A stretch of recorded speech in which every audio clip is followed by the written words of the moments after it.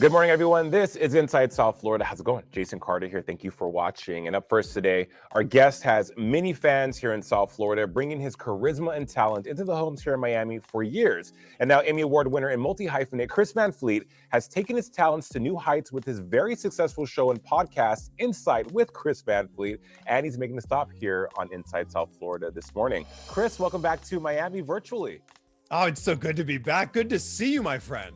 Good to see you as well. I see you a lot on social media, online. You have a ton of fans here in Miami, Chris. I miss Miami. It's been 2 years now since I left Miami, living in California and kind of doing my own thing in Los Angeles. I've got a podcast called Insight. I've got a YouTube channel that just hit 300,000 subscribers. And wow.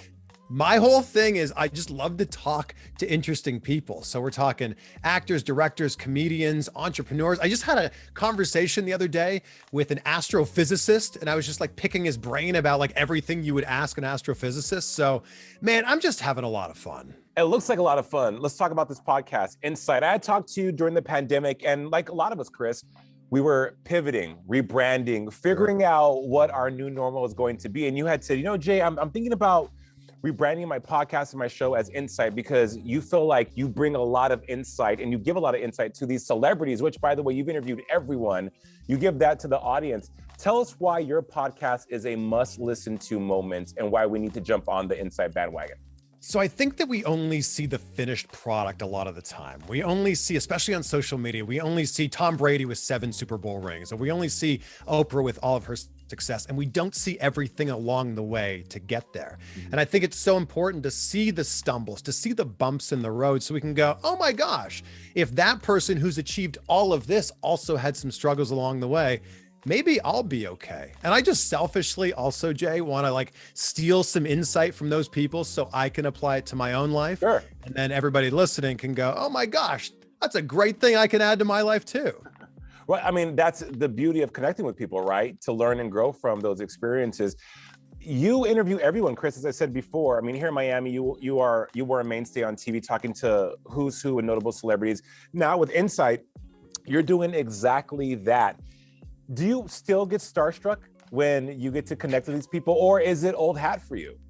I think like yes and also no. I think it depends on who it is. And I think I just put a lot of pressure on myself sometimes, like The Rock, for example. I've interviewed The Rock 9 times, not that I'm counting, or anything, but I'm a huge pro wrestling fan, and The Rock has meant so much to me for my entire life. So there's been a lot of times, and you know this feeling when you're standing outside that door and their name is on the door and you're about to walk in.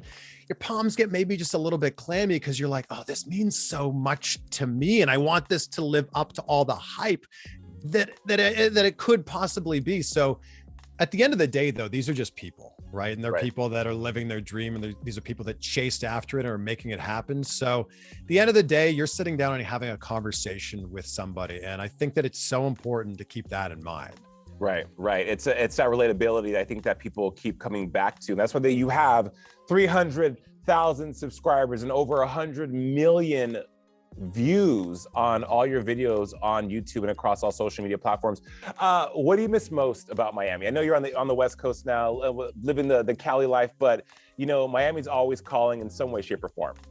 Other than you? I mean, obviously I miss hanging out with you. You know what's really strange? I miss seeing iguanas in my front yard. Really? Yeah, I know, and that is such a uniquely Florida thing. Totally. To see like iguanas like all around your pool, and then cleaning up after the iguanas that are all around your pool. I just think that it's such a uniquely Florida thing. And obviously the food is so good. And you can't get great Cuban food in California as much as they want to try. It's just not the same. This is true. I can attest to that. With hundreds and hundreds of thousands of followers, millions of views, Chris, you have this energy that screams unstoppable. What's next for you? Oh man, I just want more. I think that's the biggest thing is like, how can today be better than yesterday? And how can the day after that be better than today was? And I think that that's it for me, is just striving for more every single day. We've got less than 2 months left in 2021, Jason. And I think we all have the ability now to look at what's left in this year and go, is this going to be the best year of our lives? Or is this just going to be, another year, and January 1st, we'll hope that 2022 is better? I don't know. I just want this to be the best year ever.